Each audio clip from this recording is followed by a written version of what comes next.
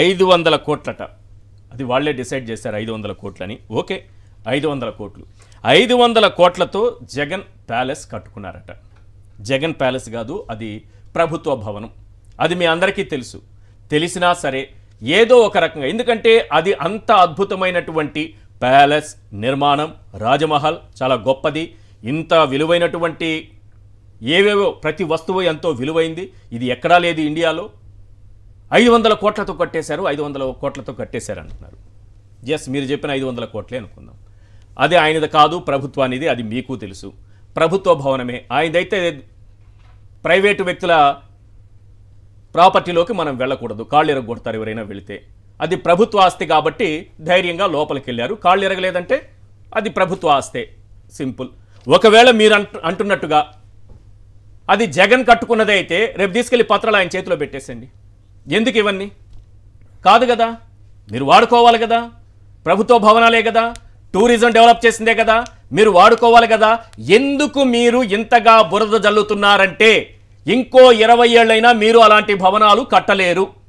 మీరు చెప్పినటువంటి 500 కోట్లతో జగన్ గారు కట్టినటువంటి ఐకానిక్ బిల్డింగ్ను ఒకవైపు చూపిస్తా, మీరు 1000 కోట్లతో కట్టినటువంటి బిల్డింగ్ను ఇంకో వైపు చూపిస్తా. రాష్ట్ర ప్రజలందరూ జాగ్రత్తగా గమనించాలి. ఒక్కసారి ఆ దృశ్యాలు ప్రసారం చేయండి. మీరు చెబుతున్న 500 కోట్లు, మీరు చెబుతున్నటువంటి 500 కోట్లతో జగన్ గారు అలాగడితే మరి 1000 కోట్లు కేంద్ర ప్రభుత్వం ఇచ్చింది. అక్కడ చూడండి ఎలా కట్టారు. మొత్తం 1000 కోట్లు ఎట్లా మింగేశారనేది అర్థమవుతోంది కదా. 1000 కోట్ల భవనం అది. మీ అరాచకానికి శ్రద్ధాంజలి ఘటిస్తూ 30 సెకండ్ల పాటు నేను మౌనంగా ఉంటా. ఈ దృశ్యాలు చూసి రాష్ట్ర ప్రజలు అర్థం చేసుకోండి. శ్రద్ధాంజలి వీరి అరాచకానికి.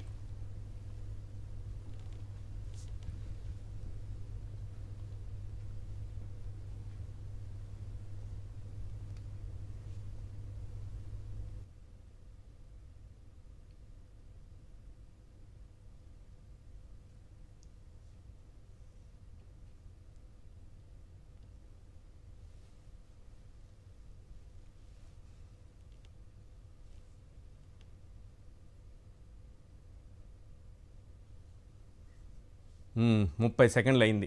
వీళ్ళకి శ్రద్ధాంజలి కూడా ఘటించడం అయిపోయింది. అంటే 500 కోట్లు మీరంటున్నటువంటి నిజంగానే 500 కోట్లు ఖర్చు పెట్టుంటే, ఒకవేళ 500 కోట్లే అనుకుందాము, ఇంత అద్భుతమైనటువంటి బిల్డింగ్లు కట్టచ్చు. మీరు 1000 కోట్లను ఏం చేశారు మరి? ఇది ప్రభుత్వ భవనం, అది ప్రభుత్వ భవనమే. ఏం చేశారు? ఎలాంటి బిల్డింగ్లు కట్టారు? ఒకసారి చూడండి సార్ అందరూ. ఇది మనం 1000 కోట్లకే 500 కోట్లకి కట్టే వాళ్ళ స్టామినాను బట్టి ఉంటుంది. చిన్నపాటి వర్షం పడితే చెరువు అయిపోతుంది. అలా తుడుచుకుంటూ కూర్చోవాలి. రాజ్మహల్ అంటారు, రాజ్కోట్ రహస్యం అంటారు, మాయామహల్ అంటారు. మీరు చెప్పినటువంటి 500 కోట్లే నేను లెక్క తీసుకున్నా. మరి 1000 కోట్లకి ఎలాంటి భవనం కట్టొచ్చు మనం? ఎందుకు కట్టలేకపోయాం? ఇప్పుడు ఆ భవనం చూసి ఎందుకు మన మనసు అంగీకరించట్లేదు? ఎందుకు అహం అడ్డొస్తోంది? ఇది ప్రభుత్వ భవనమే, మేము వాడుకుంటామని చెప్పడానికి. ఎందుకంటే ఇంత అద్భుతమైన భవనం నిర్మించి ఇచ్చినటువంటి జగన్ను పొగడ్డానికి మీ మనసు రాదు. ఒకవైపు కుళ్ళు, మరో వైపు అహం. ఇది అడ్డొస్తున్నప్పుడు ఇలాంటి బురదే చల్లుతుంటారు.